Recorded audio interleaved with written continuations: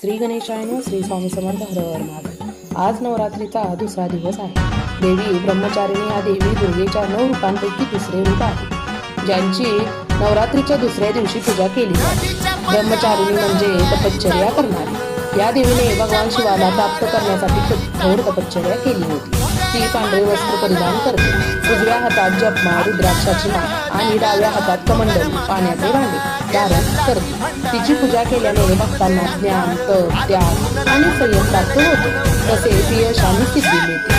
चला जाणून घेऊया नवरात्रीच्या दुसऱ्या दिवशी ब्रह्मचारिणी देवीच्या पूजेचा मंत्र, आरती, नैवेद्य आणि या दिवशी पांढऱ्या रंगाचे काय महत्त्व आहे ते।